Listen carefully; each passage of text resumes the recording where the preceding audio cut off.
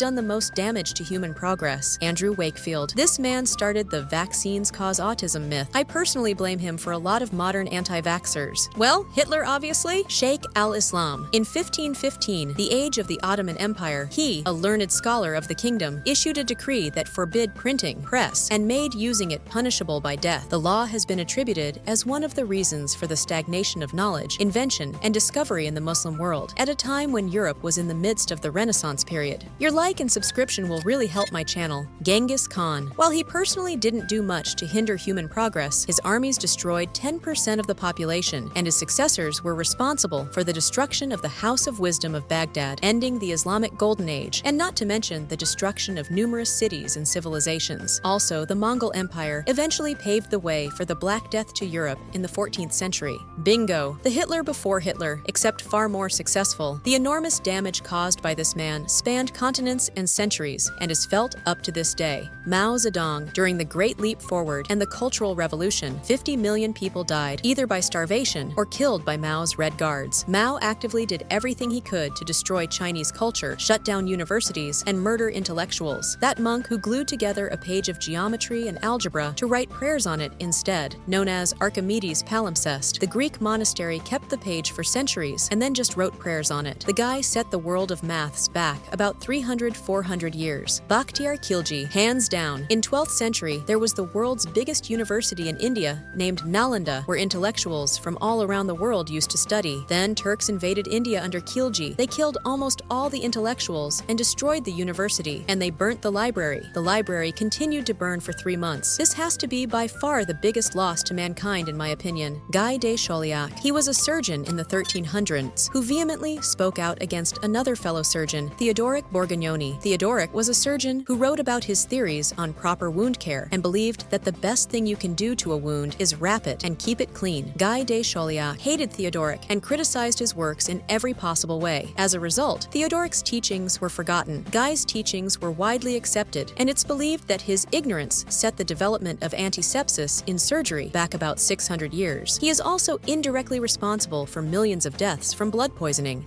Yongle, Emperor of the Ming Dynasty in China, ordered the fleet of Zheng He, the greatest trading and exploration fleet of the time, to be burned during his reign in the early 1400s. This was the beginning of an era of isolation for Chinese kingdoms, which ultimately led to the collapse of Imperial China half a millennium later. Additionally, the wealth of the world overall decreased as a result of reduced trade with China, and if China had continued exploring, it is possible that they, not Europeans, would have colonized North America. Robert Maxwell, father of Ghislaine, the man was the leading cause of paywalled scientific articles today. Before him, science publishing was relatively open. He helped shape the industry into the cancer on academia it is today. Edward Bernays. He created modern-day PR, which set the blueprint on how to control the masses by deception. He was Sigmund Freud's nephew and basically applied his theories to marketing. New video every day. Your like and subscription will really help my channel.